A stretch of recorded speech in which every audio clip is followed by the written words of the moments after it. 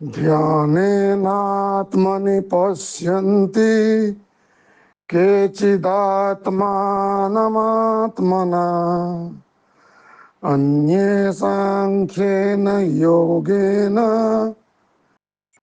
कर्मयोगेन च परे अन्ये त्वेवमजानन्तः श्रुत्वान्येभ्य उपासते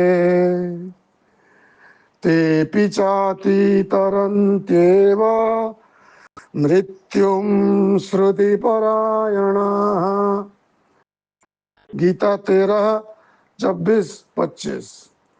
जो मंद बुद्धि अर्थात ध्यान, सांख्य तथा कर्म उपासना करने में असमर्थ हैं, ऐसे लोग वह किसी श्रोत्रिय ब्रह्मनिष्ठ सदगुरु के पास जाकर उनके निश्चय से अपनी बुद्धि को जोड़ दें, अर्थात वे जैसा निश्चय करावे उसी प्रकार सुनकर निश्चय कर लेने से वे श्रवण परायण पुरुष भी सरलता से मृत्यु रूप संसार को निस्संदेह अविलंब तर जाते हैं, यानी मुक्ति को, परमानंद को प्राप्त कर लेते हैं।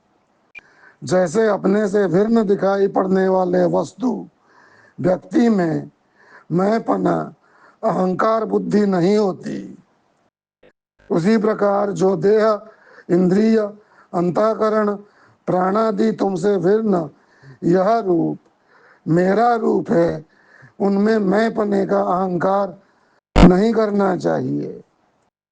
अनादिकाल से जीव अज्ञानतावश देह संघात के धर्मों में मिथ्या तादात्म्य करके मैं रूप कहते हैं, किंतु उनमें भी दृश्यता, इदमता, यहपना, मेरापना स्पष्ट प्रतीत होता है। इसलिए उनमें भी मैं मेरा भाव स्वीकार नहीं करना चाहिए, क्योंकि अपने और दूसरों के शरीरों में दृष्टापना समान है, अर्थात जैसे हम दूसरों के शरीर को दृश्य एवं अपने को दृष्टा रूप जानते हैं, उसी प्रकार आप इस मैं कहलाने वाले दृश्य शरीर के भी दृष्टा, उसके गुण, कर्म, धर्म, परिणाम से पृथक ही हैं। राग, द्वेष, भय, काम, क्रोध, मोह, सुख, दुख, पाप, पुण्य, ज्ञान, अज्ञान, चंचल, शांत, यह समस्त द्वंद्व बुद्धि के आश्रित हैं। उन सब के साक्षी मुझ आत्मा के एक भी धर्म नहीं है। मैं सदा शुद्ध एवं अभय हूँ। मैं आत्मा तो इन समस्त दृश्यों का प्रकाशक हूँ। जैसे सूर्य के प्रकाश में यह सब दृश्य घटपटादि जगत प्रकाशित होता है, एवं सूर्य प्रकाश सभी दृश्यों को प्रकाशित कर भी असंग न्यारा रहता है, उसी प्रकार मन, बुद्धि, इंद्रिय, प्राण एवं देह की समस्त अवस्थाओं को आत्मा मात्र प्रकाशित करती है। आत्म प्राप्ति के लिए ध्यान, समाधि या किसी जपादि कर्मानुष्ठान करने की आवश्यकता नहीं।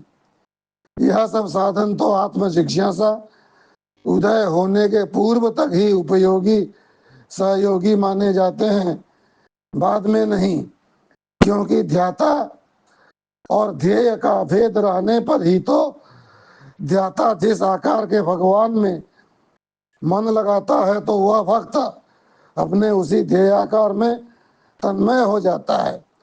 किंतु इधर आत्म प्राप्ति के लिए, आत्म स्वरूप में अवस्थिति प्राप्त करने के लिए किसी ध्यान, समाधि आदि अनित्य क्रिया की अपेक्षा नहीं रहती। क्रिया से उत्पन्न होने वाला, प्राप्त होने वाला पदार्थ अविद्याजन्य होने से अनात्म रूप और अनित्य ही होता है, और जो साधन से प्राप्त होता है वह सब नाशवान ही होता है। मोक्ष रूप ब्रह्म तो सबकी आत्मा ही है, और वह ज्ञान द्वारा ही जाना जाता है। ओम शांति शांति शांति।